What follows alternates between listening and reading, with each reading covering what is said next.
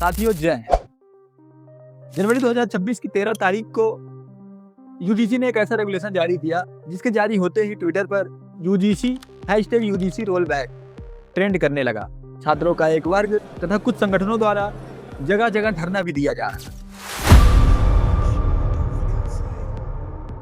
वैसे तो मैं इस कंट्रोवर्शियल टॉपिक पे नहीं बोलना चाहता हूँ, अब क्योंकि एजुकेशन और यूनिवर्सिटी से जुड़ा हुआ है। एक सभ्य स्टूडेंट होने के नाते आपको भी तथा मुझे पूरी निष्पक्षता के साथ परिचित कराना चाहिए। आखिर क्या है promotion of equity in higher education institution regulation 2026? यह क्यों लाया गया, इसके लाने की वजह क्या थी, यह किसके ऊपर लागू होगा और इस रेगुलेशन की क्या कमियां हैं जो किसी एक वर्ग को ज्यादा परेशान कर रही हैं? और सबसे बड़ा सवाल, आखिर इसका ऑब्जेक्ट यानी उद्देश्य क्या है? वीडियो में अंत तक बने रहिए, सभी के जवाब मिलेंगे। अगर इस टॉपिक से हटकर थोड़ा पीछे आए तो हम पाएंगे कि भारतीय उच्च शिक्षा प्रणाली शुरू से ही सामाजिक रूप से समान नहीं थी। दशकों तक शिक्षा मुख्य रूप से उच्च जातियों, शहरी आबादी, आर्थिक रूप से मजबूत परिवार के लोगों के लिए आसान थी।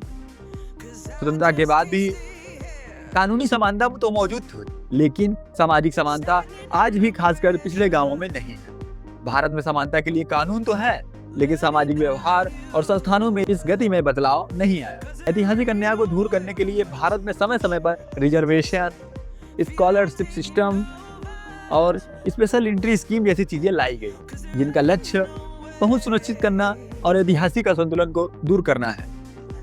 परिणाम स्वरूप प्रवेश स्तर में सुधार हुआ, लेकिन एनवायरनमेंट में सुधार नहीं हो पाया, जिससे क्लास में कल्चरल गैप और सामाजिक अलगाव जैसी चीजों का जन्म हुआ।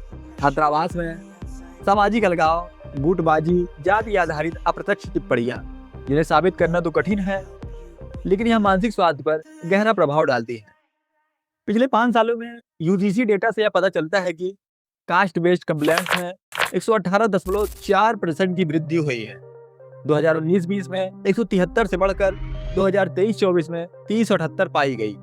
आंकड़ों से पता चलता है कि शैक्षणिक संस्थानों में लगातार गहरे स्तर पर पक्षपात मौजूद है। विशेषज्ञों का यह भी कहना है कि प्रतिशोध के डर या व्यवस्था में कमी के कारण उत्पीड़न के कई मामले दर्ज ही नहीं किए जाते हैं। ज्यादातर गर्ल्स के मामलों में वे कई बार खुद भी नहीं कह पाती। रोहित वेमुला और पायल तड़वी जैसे कुछ हाईलाइट मामलों ने यूजीसी की रेगुलेशन पर कई सवाल खड़े किए।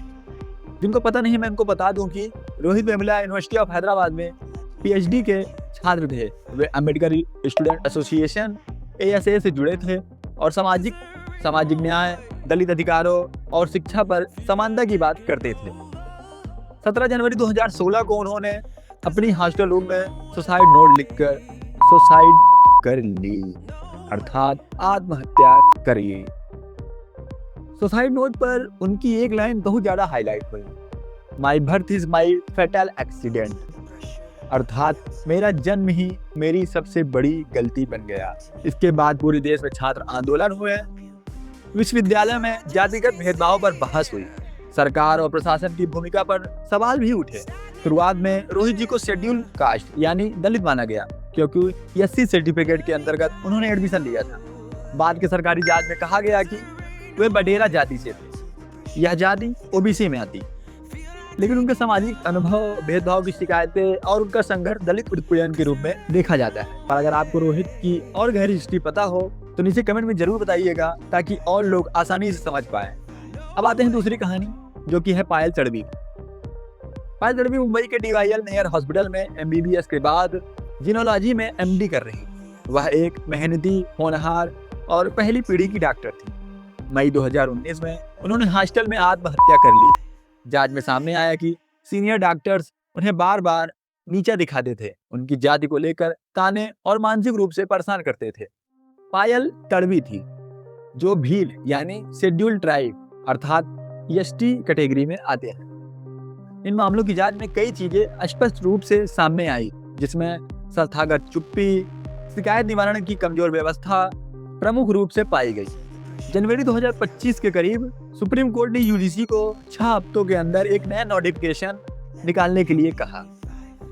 फरवरी 2025 में ड्राफ्ट जारी हुआ।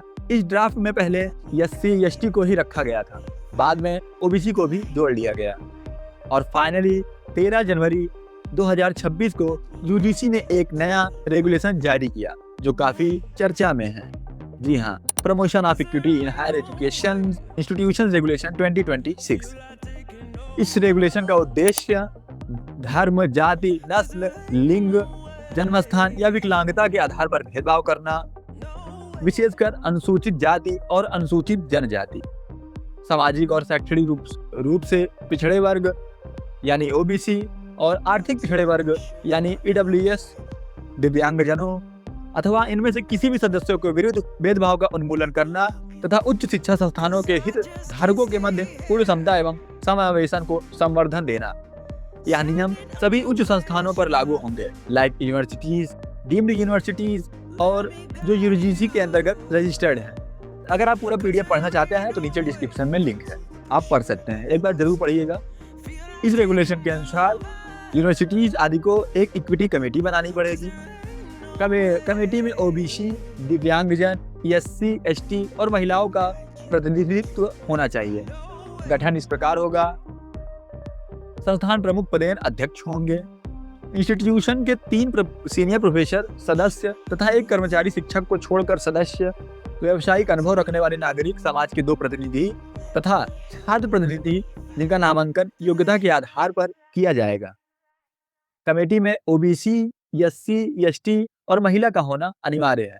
24/7 हेल्पलाइन बनानी होगी। शिकायत के 24 घंटे के भीतर कार्यवाही शुरू करनी होगी। जांच 60 दिनों के अंदर पूरी करनी होगी। शिकायत झूठी पाने तथा अपने आप को निर्दोष साबित करने के लिए इस रेगुलेशन में मुझे ऐसा कुछ नहीं दिखा। आप लोग एक बार जरूर देखिएगा। शायद यही वजह है कि इस रेगुलेशन का विरोध भी हो रहा है और यही शायद इसकी कमी भी है। और हाँ, इसके अनुपालन न करने पर यूनिवर्सिटीज को यूजीसी स्कीम से बाहर, डिग्री रद्द आदि चीजें हो सकती हैं। अब आते हैं कंक्लूजन पर। यूनिवर्सिटीज और बड़े कॉलेजों से ही जब स्टूडेंट एडमिशन लेते हैं तो उनकी मेंटालिटी डेवलप होती है।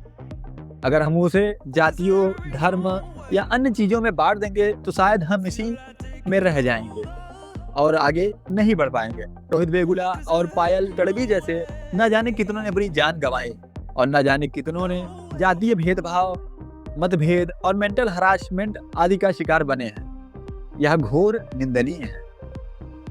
लेकिन किसी एक वर्ग को सीधे दबा देना या दोषी मान लेना, यह कहाँ का न्याय? और रही बात भेदभाव की, तो इसे हम अपनी मेंटालिटी के बाहर निकालने पर ही खत्म किया जा सकता है। विश्वविद्यालय शिक्षा का मंदिर है। अगर उसको कोई भी जाति, लिंगों अथवा किसी भी रूप में बांट करके, चाहे वह कोई भी हो, तो निश्चित रूप से वह आगे नहीं बढ़ पाएगा। आखिर में हम सब स्टूडेंट्स ही हैं। बाकी आपका क्या विचार है इस रेगुलेशन को लेकर, कमेंट में जरूर बताइएगा। बहुत बहुत धन्यवाद। और हाँ, ज़्यादा से ज़्यादा सब्सक्राइब कर दीजिएगा।